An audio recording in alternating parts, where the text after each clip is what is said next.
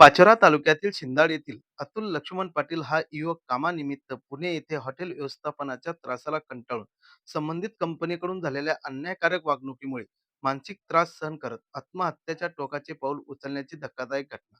या घटनेमुळे संपूर्ण शिंदाड गावात संताप व्यक्त होत असून ग्रामस्थांनी एकमुखाने गाव बंद ठेवून जाहीर निषेध नोंदविला असून अतुल पाटील यांच्या मृत्यूची सखोल चौकशी करून दोषीवर कठोर कारवाई करावी तसेच पाटील कुटुंबियांना न्याय मिळावा या प्रमुख मागण्यासाठी 27 फेब्रुवारी रोजी 8 ते 12 या वेळात शिंदाड गावात कडकडीत बंद पाळण्यात आला. दरम्यान शिंदाड गावातील गणपती मंदिरापासून ग्रामस्थांनी शांततापूर्ण मूक मोर्चाला सुरुवात केली. या मोर्चात महिला, पुरुष तसेच शालेय विद्यार्थ्यांना मोठ्या संख्येने उपस्थित घेत युवकाला श्रद्धांजली अर्पण केली.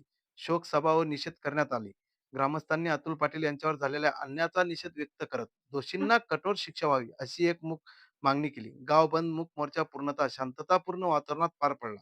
पिंपळगाव हरिशर पोलीस स्टेशनचे उपनिरीक्षक विठ्ठल पवार यांना निवेदन देऊन या प्रकरणाची चौकशी करून दोषीवर कठोर कारवाई करावी अशी मागणी करण्यात आली.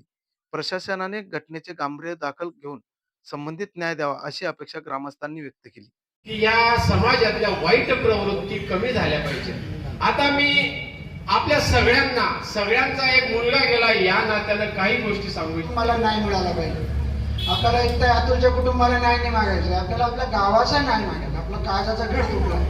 प्रत्येकाच्या घरातून एका घराच्या 8 शहरांमध्ये मुलं, मग ते सुरतमध्ये असेल, भोपाळमध्ये असेल, अहमदाबादमध्ये असेल, एव्हा मुंबईत, पुण्यामध्ये असेल. माझ्या घरातल्या 8च्या 8 लेकरं पुण्यामध्ये, 5 मुली आणि 3 मुलं. काय झालं, कसं झालं, काय करायला पाहिजे होतं, मग असं झालं नसतं तर तसं झालं असतं, हे असं केलं असतं, तो विषय नाही. आता लक्षवेधी पाऊल उचलणं हा मोर्चा काय आहे. माझ्या पत्रकार बांधवांना कळकळीची विनंती आहे, मी लहान आहे का मोठा या विषयाने पण नतमस्तक होतो त्यांच्या पायावर, की तुमच्याच माध्यमानं हे हात शासनाच्या दरबारापर्यंत जाणार आहे. हे तुम्हाला थांबायचं नाही. मीडिया हातामध्ये रमाकांत, त्याची सिस्टीम आहे ना, ती सिस्टीम प्रत्येकाच्या लक्षात तुम्ही तरुणांनी आणून द्यायची की त्या मोबाईलच्या आमदार तुम्ही सक्रिय आहात.